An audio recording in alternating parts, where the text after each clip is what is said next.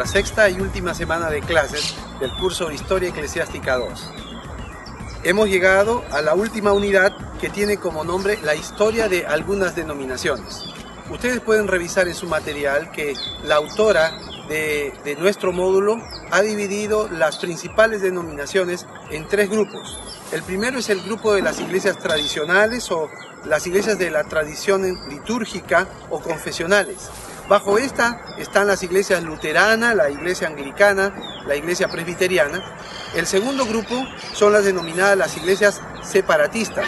Y son iglesias que nacieron de las iglesias confesionales, pero que se distinguieron por diferentes énfasis de carácter doctrinal.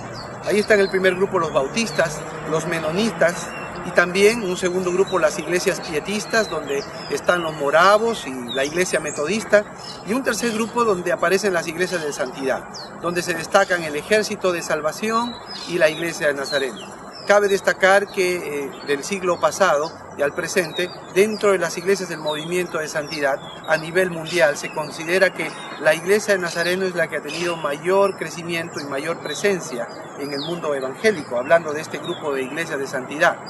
El tercer grupo es el grupo de las iglesias pentecostales, y el material nos refiere ahí a iglesias como las Asambleas de Dios, y también más recientemente, hace aproximadamente unos 40 años atrás, unas 4 décadas, las iglesias de trasfondo carismático. Esos son los tres grandes grupos: las iglesias tradicionales, las iglesias separatistas, las que conocemos más típicamente como las denominaciones, y en tercer lugar las iglesias pentecostales. Esos tres grupos también han estado presentes en la historia de la iglesia evangélica en América Latina. Si ustedes recuerdan, en la clase anterior hablamos que la primera iglesia que llegó, el primer rostro, realmente como le llama el autor José Míguez Bonino, del protestantismo en América Latina, se denomina el rostro liberal. Y estamos hablando ahí de personas como Pensotti y personas como Diego Thompson, que llegaron en el siglo XIX, y por su contacto con los libertadores y los precursores de la independencia, los movimientos independentistas en nuestros países, llegaron a ocupar roles claves y hicieron tareas de colportaje y de alfabetización.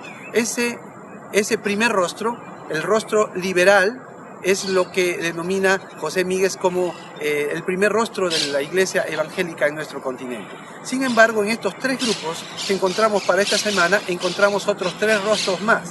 El primero dice de las iglesias tradicionales, son reconocidas como las iglesias de inmigrantes que llegaron a nuestros países, o la iglesia del trasplante.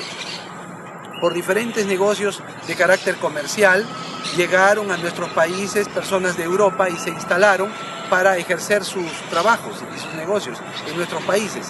Entonces, las iglesias de origen que venían de Europa enviaron algunos pastores para ministrar a esas personas en nuestros propios países.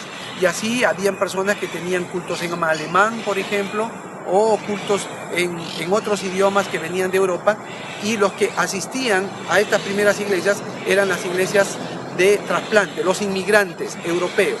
Ese fue el primer rostro, el rostro que seguía al rostro liberal, el rostro de los inmigrantes evangélicos que llegaron a nuestros países. Después vienen las iglesias separatistas que llamamos, y ahí están los bautistas, y están los menonitas, y están las iglesias de santidad, y a eso Míguez Bonino le denomina el rostro evangélico del protestantismo latinoamericano. Y finalmente, las iglesias pentecostales, con su gran surgimiento en el siglo pasado y con su protagonismo en la iglesia evangélica, han venido a constituir el último rostro del protestantismo en nuestros países, que es denominado el rostro pentecostal. Tenemos que reconocer que de nuestra América Latina, el 80% aproximadamente de los evangélicos son de trasfondo pentecostal. Ha ocurrido un gran fenómeno que se ha denominado por algunos estudiosos como la pentecostalización de la iglesia evangélica en América Latina.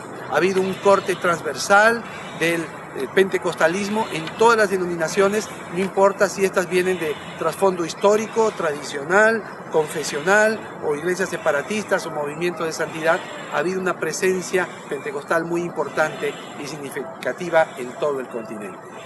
Les animo a hacer esta lectura y conocer un poco el trasfondo y el énfasis doctrinal de cada una de estas denominaciones.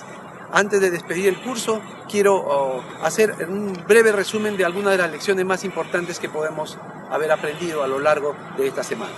La primera es que reconocemos que entre la iglesia y el contexto o la sociedad siempre existe una relación dialógica, una relación de respuesta. A través de los siglos, la iglesia ha ido respondiendo a los diferentes desafíos contextuales que ha presentado el medio o el país donde ha desarrollado su ministerio. Así han surgido los grandes avivamientos, los grandes hombres de Dios, los grandes siervos de Dios que han respondido al llamado divino en fidelidad a Dios y buscando articular respuestas contemporáneas a los contextos donde les tocó ministrar. Una segunda lección importante es que la historia que se va acumulando a través de los siglos es parte de nuestra herencia que hemos recibido como iglesia en el presente. No somos ajenos de lo que ha pasado. Somos la sumatoria de la historia a través de 2000 años de presencia de la Iglesia de Jesucristo en nuestro medio. Entonces tenemos que aprender de la historia, tenemos que reconocer sus énfasis y tenemos que aceptar cuáles son nuestras raíces. En tercer lugar, y la última lección, es importante reconocer que a través de la historia, a través de 500 años que nos ha tocado estudiar en este periodo, Dios siempre ha estado presente, dirigiendo a su iglesia a través de diferentes avivamientos, como el avivamiento weleyano del siglo XVIII, el renacimiento del movimiento misionero en el siglo XIX y grandes hombres de Dios que salieron para enseñar y para ministrar en diferentes partes del mundo. Dios ha estado presente. Lo que ha pasado en los siglos anteriores nos da confianza y esperanza para el presente y también para el futuro. Dios está en control de su iglesia, Dios ha estado a lo largo de la historia de su iglesia y Dios está con nosotros en el presente y Dios va a estar con su iglesia en el futuro también. Esa es nuestra esperanza, esa es nuestra confianza. Dios es el Dios de la historia, pero también el Dios de la historia de la iglesia. Que Dios les bendiga. Ha sido un gusto compartir con ustedes. Gracias por su diligencia, por su participación en los foros. Gracias por los aportes que cada uno de ustedes ha hecho.